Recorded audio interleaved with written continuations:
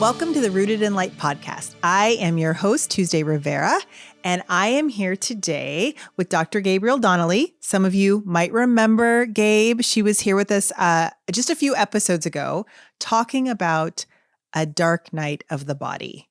And that was one of my favorite episodes, Gabe, because we actually really went in to a different way of knowing, of understanding, of being with mystery, through the body, which I feel like we're hearing so much about now. But it wasn't all kind of whimsical. Listen to your body and it will show you the way. It was sometimes the body is the place of crisis and another way to get to mystery. But that's not what we're talking about today. Folks can go back and listen to that episode. But you, in that podcast, you talked about moving from orienting through purpose to orienting through pleasure.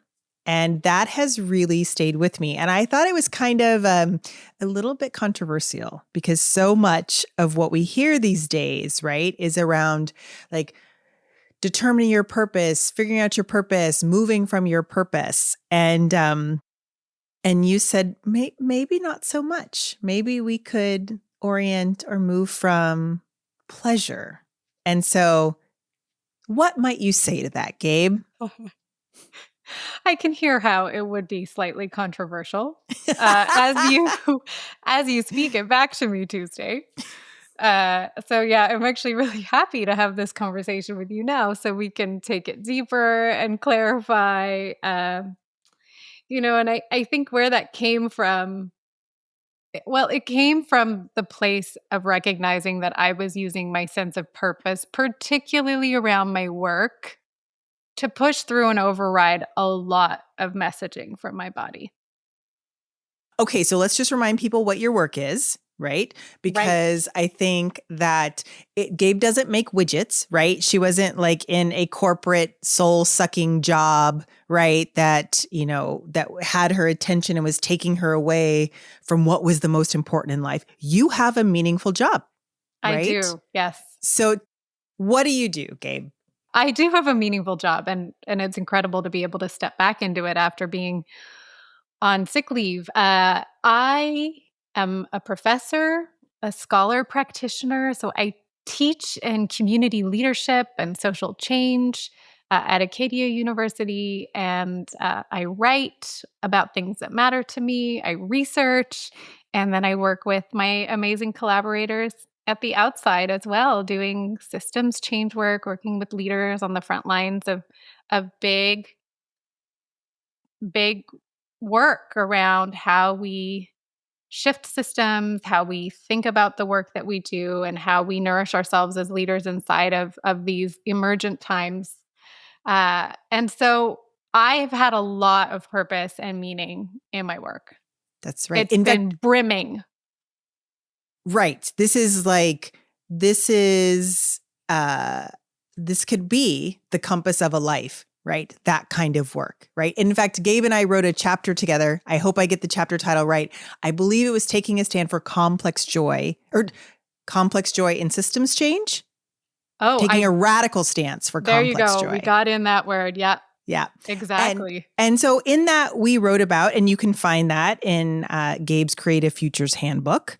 If you're more interested in what it means to take a radical stance for complex joy as you're trying to do this kind of work.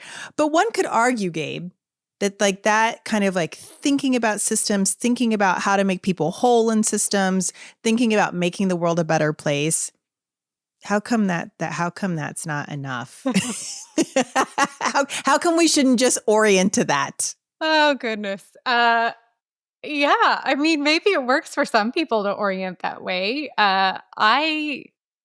There was a delightful urgency in it in terms of feeling that adrenaline, that, the cortisol, that even though that's a stress hormone, it's exciting work, it's meaningful work, it feels important.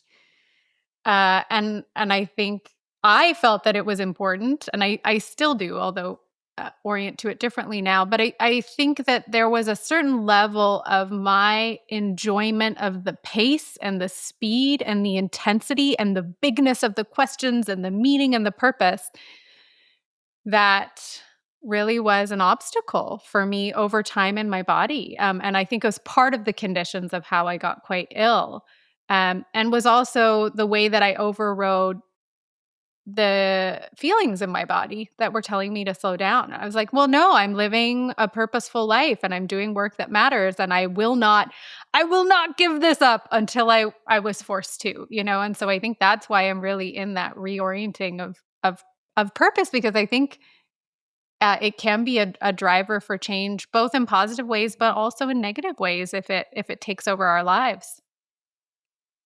It occurs to me as you were speaking, I was like, right. I mean, I'm sure there are any number of ways that people experience it, but one of the ways, I could just speak for myself, that purpose as the driver might become problematic is I am a good person because I do purposeful work. And therefore, sure, the work is important, but it also becomes the vehicle for proving my own goodness, my own worth, right? It becomes like a proxy for being okay or to have self-regard, right? I'm not a person who's intrinsically or inherently good. I am a person who is good because of what I do, right? Which is always a slippery slope. If my worth, and this is me talking to myself, friends, if my worth is out there because of what I do or act or create in the world or how much I care about people, if that's the part of my worth, then how do I stop doing that, right? I never want to be a bad person, right? How do I not push past my limits? How do I not ignore my body? How do I not become self-righteous and consumed by my work? If that's where I think my goodness comes from, if that's where I think my belonging comes from, if that's where like my very right to exist comes from, I can't stop that. That doesn't make any sense. Yeah, I can relate to that in so many ways.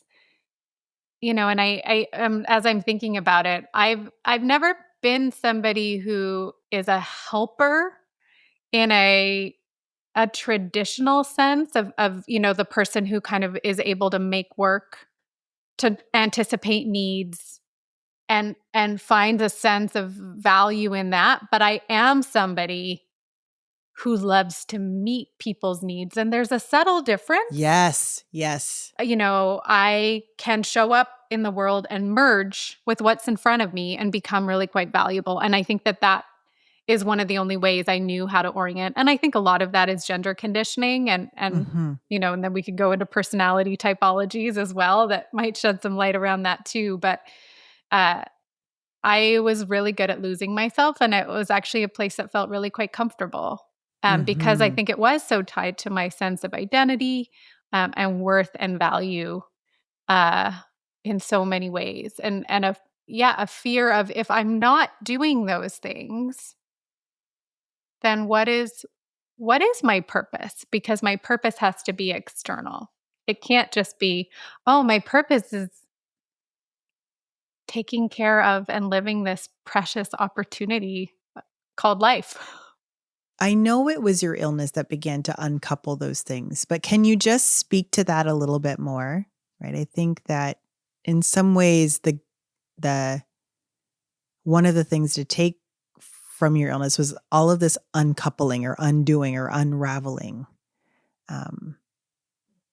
And I wonder, I mean, you've alluded to it, but how did that begin to happen, where you moved away from kind of purpose and from purpose to pleasure or purpose and work to something else? I think work was one of the last things I let go of when I was getting quite ill, to the point where then I just couldn't work anymore. But it was the last thing I gave up in a way. I saved, in disabilities language, I saved all of my spoons for work.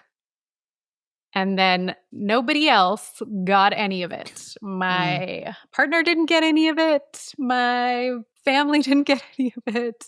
I certainly wasn't getting any of it. I wasn't leaving any of that for myself. It was work, until I couldn't work any longer. And I think that uncoupling came through, one, being stripped away of everything and realizing that maybe none of it mattered as much as I thought, and that I could not be here tomorrow and the world would be in just as much crisis and just as much possibility and just as much of the incredible story we're all in together in this unfolding journey. And I think that was some pretty incredible perspective, to be pulled back from everything and have no capacity. And then work didn't matter, actually, quite frankly, when everything else is stripped away. So I think that's where that reorientation started. What I spoke to, I think, last time was how much for me in some phases of recovery has really been about signaling safety to my body at every level, and urgency that's propelled by purpose is not a safety signal to the body. Okay. Say more. Okay. Just like urgency propelled by purpose is not a signal of safety to the body. I feel like you said so much in there that I just want to can you pull it apart for me? Yes, I will try. So as I described the way purpose existed in my life, this big, meaningful work that my identity was tied to in really significant ways. And so that importance could override anything else. And it had a speed and a trajectory and a momentum that I could rationalize needed to take precedence no matter what. And speed doesn't communicate to the body or the spirit. An urgency doesn't communicate to the body or the spirit that we're safe. And so that's where the pleasure orientation came in. I am not going to make a case that we should all be orienting towards pleasure. This is the thing I want to clarify. But for me, as somebody who doesn't have or hadn't had historically a strong ability to navigate and orient towards the things that made me happy versus the things that made me feel useful and purposeful. Yes. Oh my gosh. Yes. That's why this pleasure piece of is there enjoyment in it for me? Would I do it if nobody was watching? And that's been a big part of, that sends a signal to the body and the spirit. You have time to do something that's completely unproductive in a conventional sense. And so that was really this practice of just communicating to myself a sense of safety, of relaxation.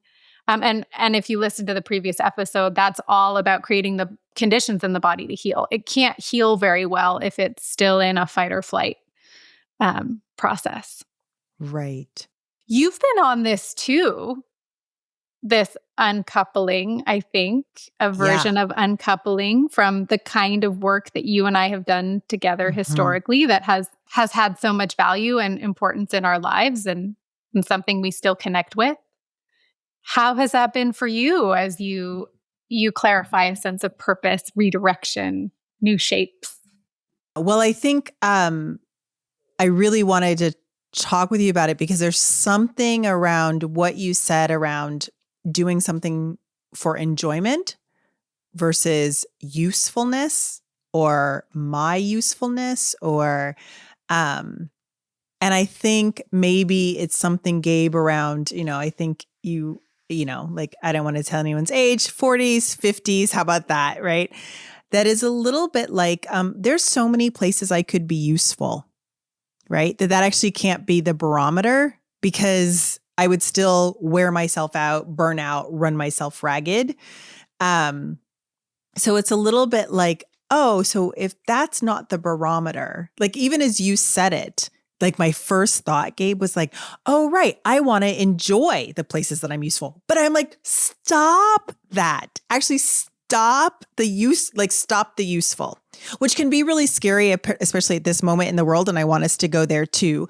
But But there is something, I think the way I got to it was like beginning to believe that what I found pleasurable or enjoyable could be useful. And if there is a wide swath of ways to be useful, why wouldn't I pick the ones that give me pleasure? Right? Why wouldn't I do something as esoteric as the Akashic records? Because that's useful, like, because I love to do them, right? Like, so why wouldn't I pick that as my path, right? So first step was kind of like, okay, there's lots of places I can be useful. Why don't I pick the ones I like best, right? And then the other part was just, I think it is something about going back. I've been saying for the past several years, like trying to get back to my animal body, like my instinctual body, like the body that doesn't have a productivity, late stage capitalism, overlay over everything, right? But is a little more closer to the ground, is a little more, what are the sensations and how do I follow them? And there is something about being in sensation that can be pleasurable, right? That actually can be like, oh, I'm leading from here. I'm leading from here. Oh, I'm leading from here. That is sensual and pleasurable. I think in some ways I wanted to talk with you about like leading from the senses or the sensual. It's not always pleasurable, right? Like sometimes I go towards things that might be a little disruptive or a little hard or a little that don't necessarily feel great to my body in the moment, but it's not great to my body, like urgency overriding not paying attention. It's actually more paying attention and moving toward. But I feel like it's been a slow, and it started with burnout, frankly. It just really started with burnout where I was like, well, purpose didn't save me from that, right? And then, okay, there's a lot to do. I might as well pick what I like to do. And then it's like, wait, how can I get even closer to the ground and move from a sense of what my body wants versus all of the layers and filters and, 50 years of input on what makes me good. Right? Oh. Well, it's reminding me as you kind of talked about the phases of how you got there and how burnout can start and how purpose doesn't save us from burnout. Mm-hmm. And I was thinking about the story of old survivor. Have I shared this story with you in the past? It's about a tree. It's also known as the grandfather tree, but it's the very last remaining old growth coastal redwoods of the East Bay redwoods. That was part of the Oakland Hills in California. And the story goes, I don't know how accurate this is, but when that area was being clear cut, old survivor was this one redwood that was like right out on a cliff and kind of gnarly. Uh-huh. And it was just too hard to get to that it wasn't valuable enough to cut. But all of the other trees that were standing straight, that were on the land, that were doing their thing in the forest, they were convenient. So there's something about this, like, when something's being clear cut, can we be old survivor? Like, actually, one of the ways for preservation, now I'm totally saying more provocative things. One of the only ways for preservation might be to not be useful at all. Right. Right? And then you get to survive. Wow. Right. Because we often think of being useful and scrappy as the way we do survive. And that's true. I don't want to limit that being true as well. I think we can hold multiple things to be true here. But there's something about just this idea of sometimes we actually just have to lose our usefulness in a particular way in order to preserve enough to even be able to contemplate being able to give or be of service or be useful in the future. And that was certainly my experience in my body. Like, it was just like, there is no way. It's not a question of where am I putting my usefulness. It's like, it's actually that was a binary, I was too ill to do anything. And so as I was listening to you speak about this this sort of, what can I enjoy in my work? How can I resist? How can it be an act of resistance in a time in late stage capitalism and liquid modernity, all of these things that we can reclaim the parts of ourselves that are whole and human and experience joy, which is our birthright, as we talked about in our chapter. And that the work can be really, it actually means sometimes stepping into harder work. And I'll say, since that I've been back working full time, I have taken on some of the hardest work of my career, but I have more capacity for it in a very different way. And it feels incredibly choiceful. And there's enjoyment and pleasure in it in a different way. Yeah, I wanted to ask you about that, because I would say that the way that my relationship to purpose is changing is both two things. I think it's deepening, and it's connected with the sacred, which gives me a lot of freedom of expression, right? So the deepening into the sacred for purpose feels like I could do all sorts of things. It makes me less attached to a certain way of working or a certain way of being or a certain set of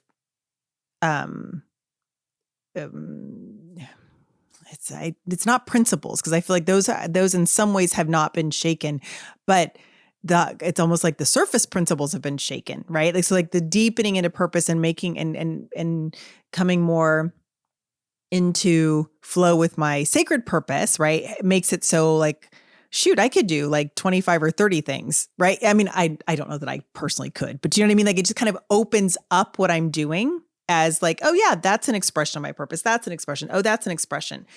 But it also makes it, when I'm doing those things, I feel like I'm less clenched, right? I'm less like, oh, this is the thing. Now I'm doing it right, right? And so then there is almost inherently more pleasure in what I'm doing, even if it's kind of hard work. I think it gives me a more discerning eye in some ways, but it also makes the work more enjoyable, because I'm not like, there's no running filter. Is this doing it? You know what I mean? Am I living with my purpose? Am I doing good work in the world? And am I changing things, right? I can just be in the work, and it can be big work, or it could be small work. It can be hard work. It could be easy work. But I keep looking for the places I come alive in it, rather than am I doing it right? Which feels like a huge bit of liberation for me personally. I hear that. And I really hear this distinction between work purpose or career purpose or vocation purpose and deeper spiritual purpose. Yeah. Yeah. Which is vaster and not tied, as you said, that kind of that upper level. Yeah. And I would certainly say that feels true for me. I feel very connected now to a deeper sense of purpose that isn't as contingent on, do things go well? Do they not go well? Is this the right thing to be in or the wrong thing to be in? And that's big. Yeah. I think there's pleasure to be had there, some liberation. Okay, so I want to bring this into these times, because I feel like people could be listening and being like, okay, these two privileged women get to just like follow one of them's white, by the way. Right. So that just, Exactly.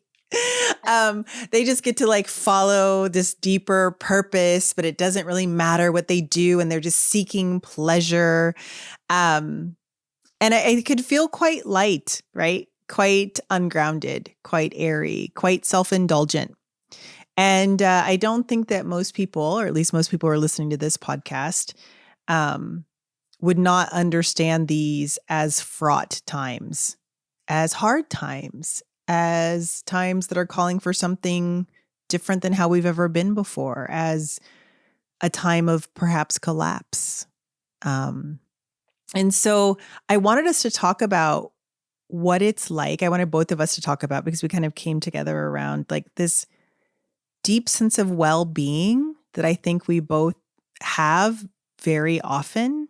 And I don't want to speak for you, in the midst of a world where it is not well, and how you're thinking about that and how you're navigating it. And I just wanted us to be in that conversation. Mhm.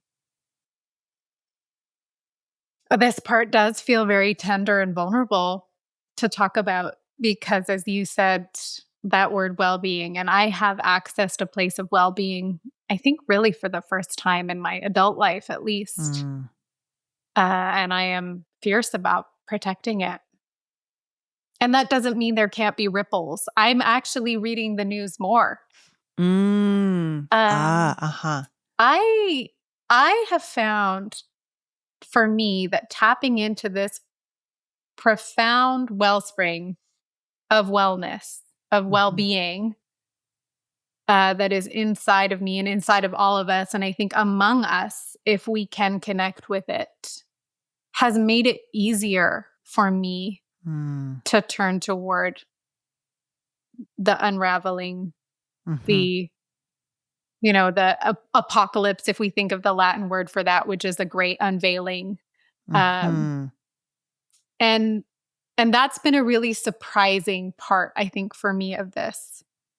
Because I think it's because I'm not so wrapped up in the story that everything I do makes or breaks it. Yeah. That kind of heroic sense was, Yeah. when I was at my sickest in kind of 2021, 2022, 2020, that was a time of real crisis. Mhm. And I realized it didn't really make a difference whether I was in Mm. or out, because I was so unwell. And so for me, the joy comes from the fact that I get to be here, just being a part of this unfolding human story, which is heartbreaking and angering and sad um and I think if I think about the hospicing concept from the two loops, or um Vanessa Andreotti's work around hospicing modernity, creating these places for well-being, for people to step into and touch it and know it as their birthright as Mhm. human beings. That is not gone even in the intensity of what we are living through, and for some people that's significantly more intense than others. But just holding that view, I'm thinking a lot right now of Meg Wheatley's work around, it's warriors of the human spirit, of Mhm. protecting what is our birthright, which is Yeah. a sense of well-being, of healthy connection, of our animal bodies, connection to our animal bodies, as you said, of our senses, that these are the things that I think can anchor us in the tumultuousness of where we are. How do you see it? Yeah, I really appreciate your saying that it's tender, because I think it's not something I'm talking about with many people. Um, because I can feel out of sync. It's almost like I can see that things are burning around me, but I'm just convinced that my my revving up, my adding to the urgency, my fear does not contribute, right? My clear seeing, I hope, which I don't know that there's a lot clear to see at this moment. You know what I mean? Like, but I keep looking, you know what I Mhm. mean? Like I keep turning my face toward. That's kind of my orientation at this moment. Like, don't put your head in the sand, turn your face toward, and yet don't get carried away. Mhm. Don't get carried away. Part of it is, and I'll have a lot more to say, and maybe it'll bring me back. But part of it is I keep thinking about how one responds in a moment of violence, right? And you're overwhelmed by the Mhm. violence. All you can do is survive. Um, but if the violence happens over and over, you you can learn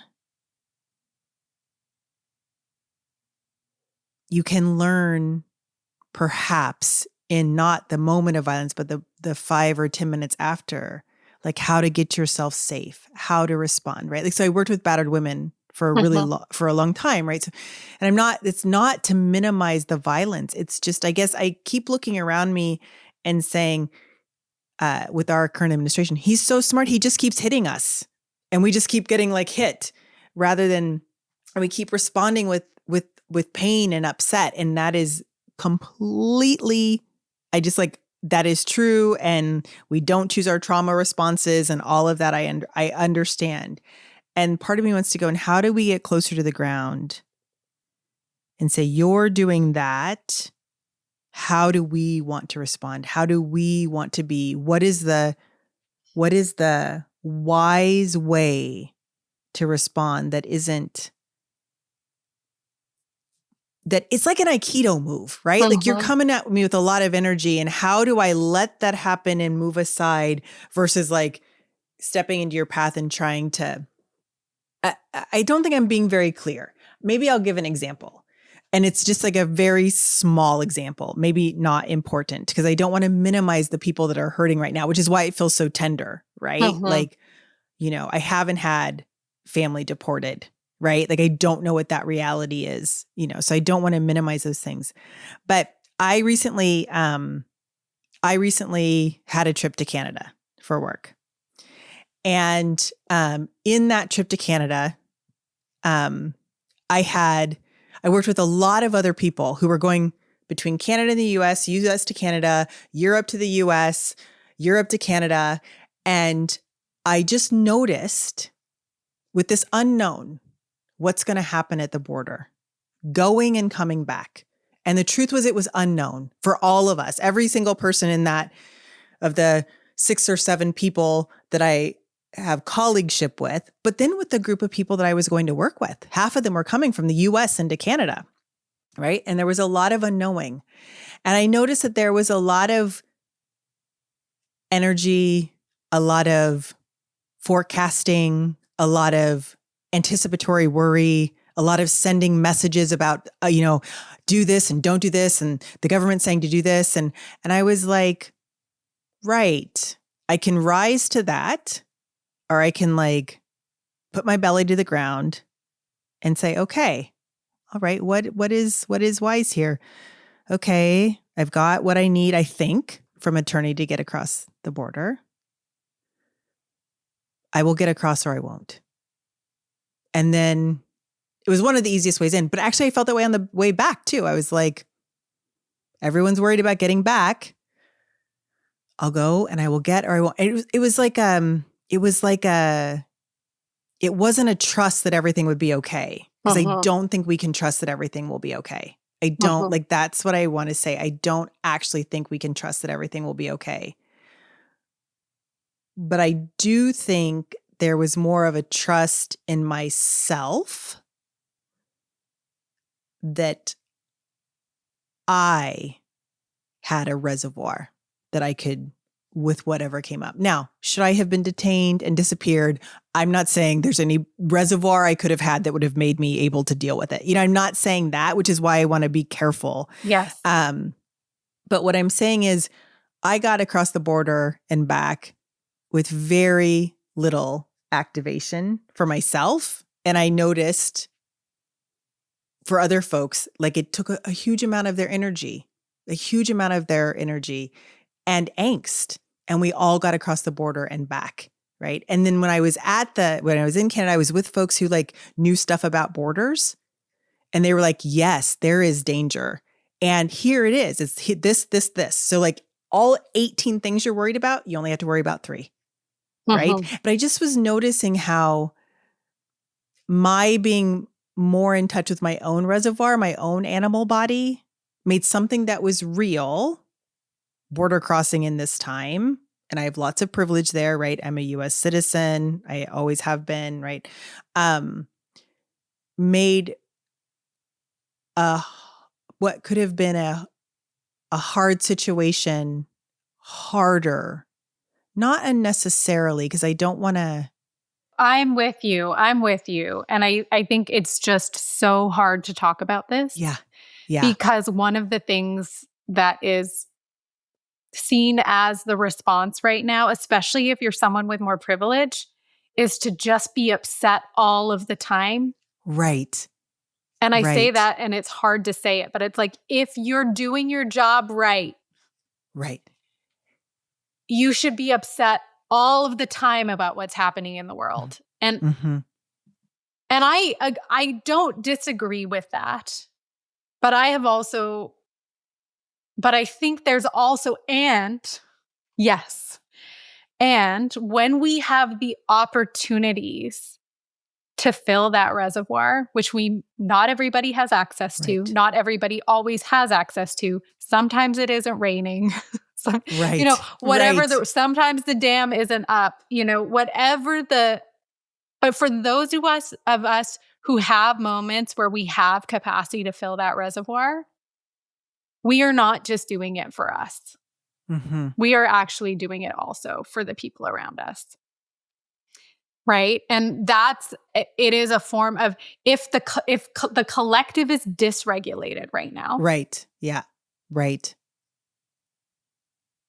And sometimes I will be a part of that feeling. 100%. Yeah. And those of us who are having family members deported or who are undocumented and are just living in the fear of that every day.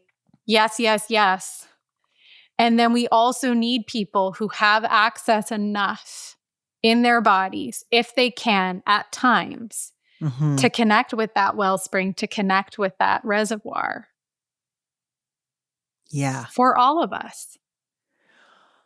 I really appreciate your saying that, because that's what it is. I keep thinking, well, I'm not as skillful if I'm climbing the ladder and I'm not as skillful. I want to be skillful, but also I want to, that again could even go to that productivity piece. How am I impacting?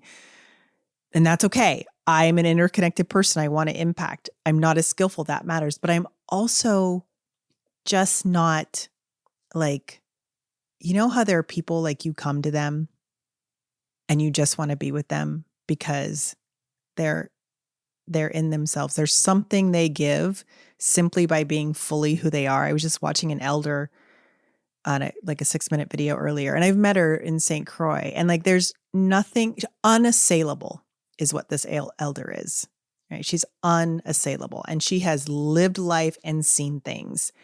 And there's no doubt that being with her does something for me because of her reservoir.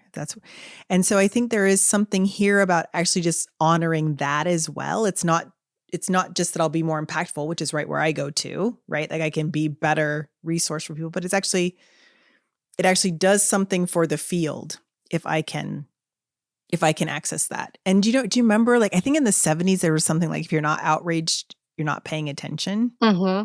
And I was like, as you said that, I'm like, there is so much that is outrageous right now. And outrage exhausts my system.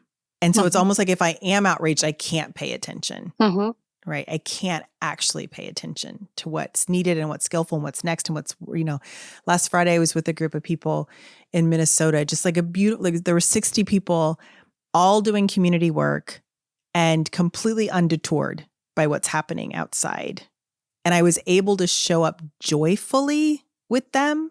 And we had a beautiful day, and fully, at least half of them, if not 2/3 of them were immigrants who had issues on their mind, right? But there was something we did there, a referential experience we had together, that if I was exhausted and outraged and, I wouldn't have been able to show up for the pleasure, the mystery, the fun, the smiles, the food, right? All of it. And it seems like it matters. It just seems like it matters. Whether it's Meg's Islands of Sanity or whether it's just being purely present for that moment with people, it seems like that matters. That feels like just as good a work as coming up with a strategy. Well, I think it's part of the medicine of what's needed right now.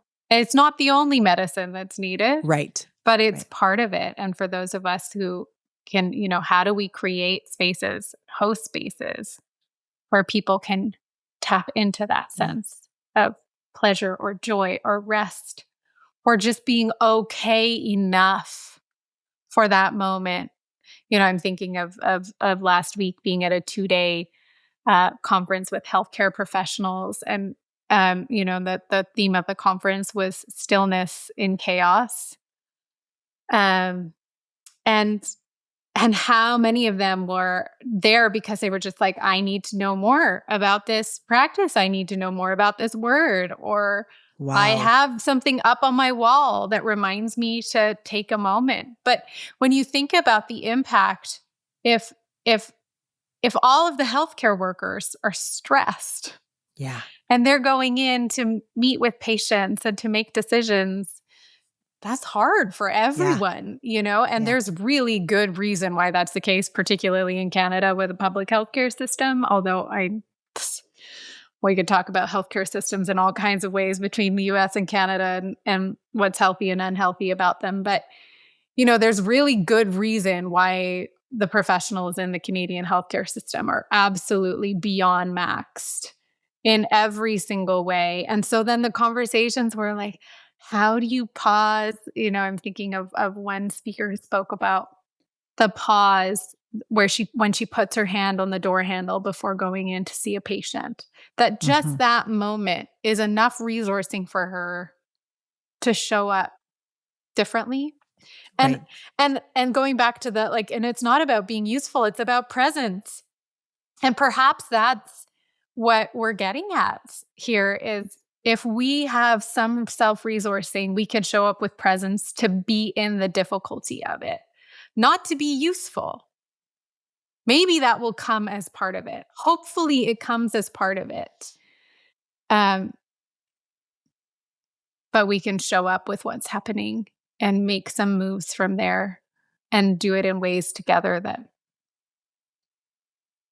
yeah, I'm thinking of that. There's a scholar, Kyle Okay. White, he's Potawatomi, and he talks about epistemology, the crisis epistemology. So epistemology is this word, this very big word, which just means ways of knowing. And he critiques this idea of the crisis epistemology, which, he says, if you deny the fact that Indigenous peoples have been living under, a sense of urgency and crisis for so long, and now we're seeing this moment, everybody else is noticing things, and now Yeah. this is the Yeah. moment where it's the real crisis. Right. And both things can be true. This is a kind of an epically big moment that everybody is tapped into in a different way. But again, he just speaks to it being motivated by crisis, uh, denies our ability for kinship and connection Right. and Right. relationship. And perhaps that is part of the medicine that we need. Right. When I'm in crisis, when I'm in urgency, when I'm in stress, I'm not relational. I'm not connected. Right. I can't do it. It's very hard to do it. Oh, I love that. I mean, perhaps, I mean, like, it's almost like this crisis epistemology. Is that Mhm. epistemology? Epistemology. Like, it's so interesting and it's so attractive and it's so, compelling, right? It Mhm. seems like, it's a way a lot of us get our energy or juice, right? But what if actually we're stepping out of a worldview, right? That says crisis is the way of being and way of responding. And then is the medicine presence. And so being out of sync with the crisis and disruption around you is not actually being out of sync or putting your head in the sand, which it could be, right? Like we could be Yeah, bypassing, we there could is be that just version. ignoring there. Absolutely. But it is actually choosing to be the medicine that the world needs. Right. And there's Mhm. something, I just want to bring that back to pleasure. There's something around, if we're being the medicine that the world needs without the ego of, oh, I'm the medicine the world needs, but just actually like, oh, I'm doing something good for myself and good for others by being this centered and sourced. Like that is pleasurable. That is pleasurable. Whether it's like a full on fluorography class pleasurable or other things we might do for pleasure, it is pleasurable to be centered in yourself and for others. That is its own pleasure. that presence, I think I would suggest. So, and a view, or for me, a vision that there's a world where we all have access to that. That it isn't a luxury. Yeah. Well, this is the thing with, I mean, I think we most often see it with elders, but like, this is the thing we see with elders, right? That it is possible to be around people who light that up with you. And I know spiritual teachers do that too, but I think most of us might have access to elders who do that, you know, who are like, just like, here you are. Come over here. Be here. And it just like something ripples out.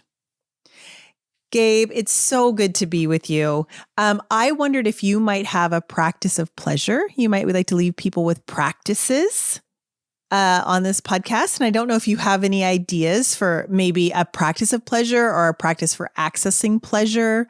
Anything you might share with people? Okay, well, this one might not be that popular, but I'll offer it anyway. As you talked about this sort of when we're in sync with ourselves, we might be out of sync with what's happening around us, or how do we move through that? One of my practices these days is getting in sync with the sun. Ooh, and say so more. I have been getting up 10 minutes before sunrise and getting outside and facing east. Whether it's cloudy or sunny, warm or cold, rainy or, just the most perfect morning, and just being with the sun as she rises. And it has been, talk about being in sync with a different kind of time. And I've really noticed that when I start my day this way, it is a very different kind of day. Wow. A very different kind of day. So if anybody is interested in taking that one up, I'd love to hear about it. Yeah. I love that. Okay, practice is getting in sync with the sun. We suggest getting up before the sunrise and watching her rise and seeing what happens. I love it. That is a perfect practice. Also because, most of us can do it. I mean, I might be a little grumbly the first couple times, but I can do it. It does mean getting in sync to going bed a little bit earlier. That is true. I love it. I love it. I love it. All right, Gabe, so good to be with you. We'll have you back. And thank you everyone for listening. Drop us a line if you like the podcast, hello@rootedinlight.com. You can just send us a little note. You can rate, review. You can put comments up on Spotify and Apple. Would love that. But mostly if you like an episode, please pass it along to people you care about. Thanks so much. Thanks, Gabe. Thanks, Tuesday.